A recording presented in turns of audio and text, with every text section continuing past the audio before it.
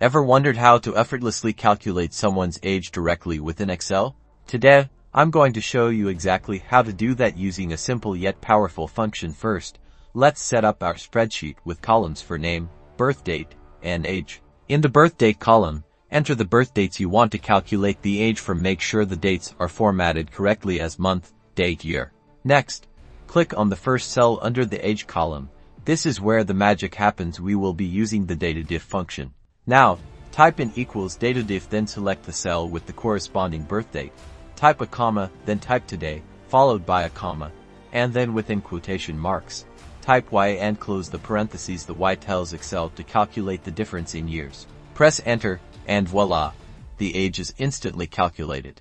To calculate the age for the rest of the entries, simply click on the small square at the bottom right corner of the cell and drag it down. And just like that, you've accurately calculated the age for everyone in your spreadsheet. The DATEDIF function is case sensitive, so always use capital letters when entering Y. Now you know how to calculate age from a birth date in Excel.